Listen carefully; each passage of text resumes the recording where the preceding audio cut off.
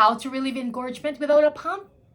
That's likely what you type in while holding your phone in one hand and pressing against your chest with the other, hoping something will work before you break down in tears. If you're a first-time mom, especially one who's used to solving problems with structure and information, this part of postpartum might feel like you've hit a wall. You've done everything right. You're feeding your baby, trying to rest, staying hydrated, and yet here you are, aching, swollen, and unsure of what's safe or effective.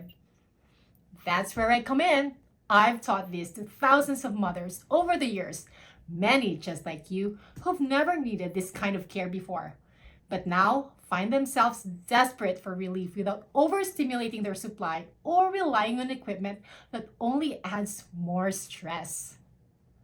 Let's talk through what engorgement actually is, what it isn't, and what to do when you want to feel like yourself again without making things worse. Okay, point number 1, understanding engorgement. What does it even mean? Let's start with what you're actually feeling. When we say engorgement, we're not just talking about your milk coming in. Yes, your milk is a part of it, but what you're really experiencing is a combination of factors: milk accumulation, increased blood flow to the breast, and swelling in the surrounding tissue. Your lymphatic system, which usually drains fluid smoothly, is suddenly overloaded. That creates this tight, hot, heavy sensation, sometimes with sharp edges or a stretching discomfort that even your bra cannot even touch. It typically shows up between days 3 and 5 postpartum, but it can happen anytime your feeding rhythm shifts, like if your baby sleeps longer, skips a feed, or if you miss a pumping session. And for many high-functioning moms, this can be a challenge. Your body may have done what you expected, but now it feels like you've lost control. That's not a failure. That's physiology. And your response, not your reactions, makes all the difference. Okay, point number 2. Why heat helps, but only briefly. It's really common to reach for a heating pad or hop in the shower when your breasts are this uncomfortable. I don't blame you. And yes, warmth can help, but only if it's thicker, right? When you apply heat, you are dilating your blood vessels. That promotes circulation and softens the tissue, which is beneficial before releasing the milk. However, if you continue applying heat after the milk has started flowing, or worse, if you use it repeatedly without expressing, you're likely to worsen the inflammation. More heat means more fluid pulling in already tight tissue. The right way to use warmth is briefly and intentionally. 5 to 10 minutes of a warm compress or a quick shower, just to get things moving. Then, you switch to cold if needed. Cool compresses after feeding helps reduce swelling and ease that throbbing sensation. It's like any part of recovery. More isn't always better. The effectiveness comes from being purposeful, not forceful. Point number 3, gentle expression, just enough, not everything. Okay, now let's talk about what to do once the breast is warmed and soft enough to work with. And this is the key, especially for moms who want to be proactive. The goal is not to empty the breast. The goal is to relieve the pressure to avoid damage and help your baby latch more comfortably. This is where hand expression comes in.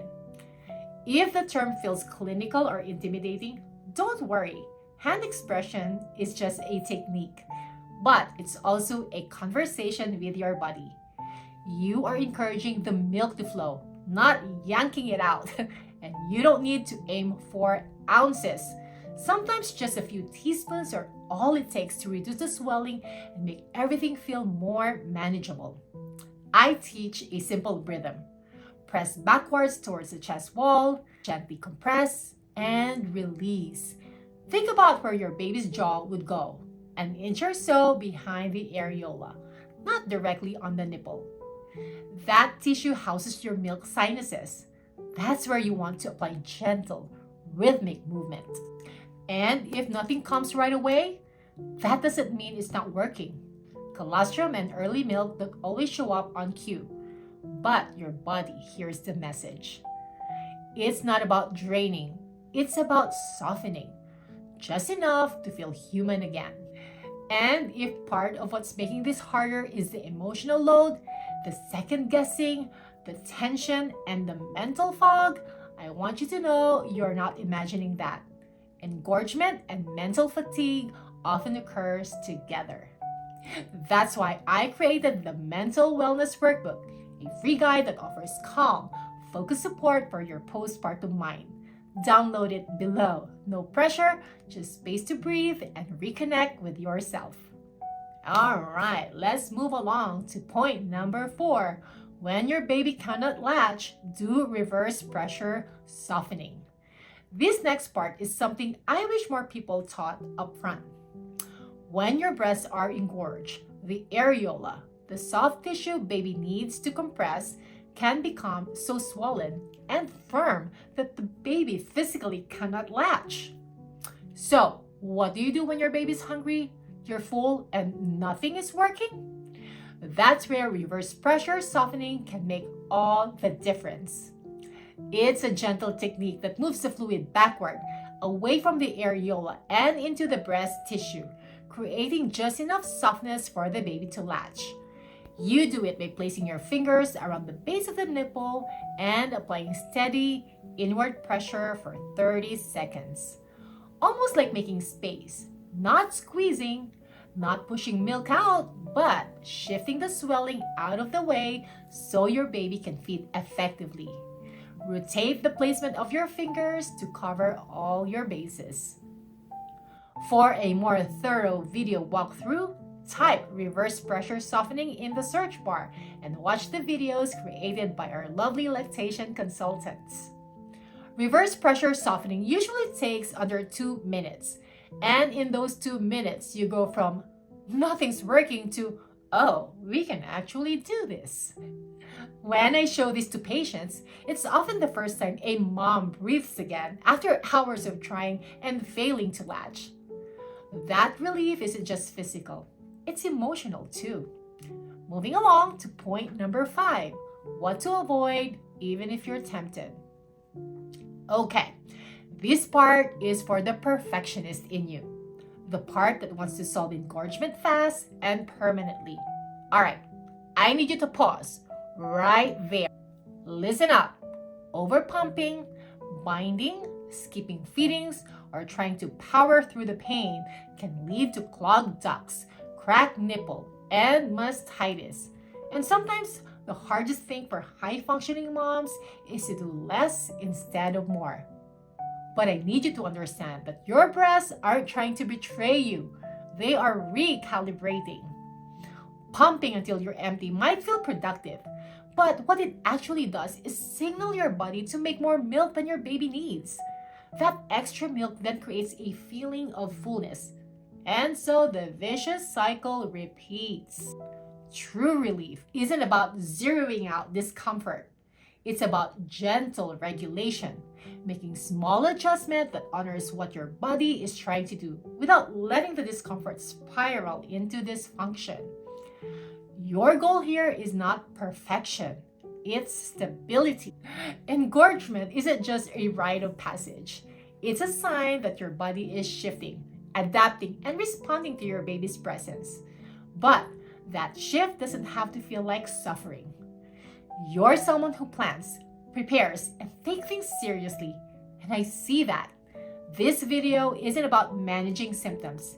It's about restoring clarity and confidence so you can meet your body where it is and give it what it needs without confusion or guilt.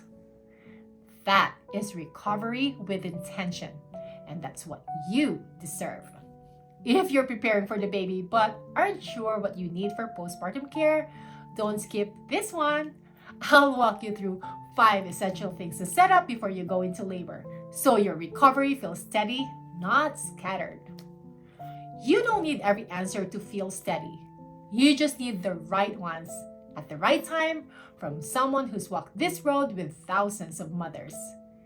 If this has given you even a small sense of relief or clarity, please subscribe and stay connected. And if you're ready for deeper support and comprehensive recovery framework tailored to your real life, you'll find more details right below. I'm Cherry, and I will see you in the next one.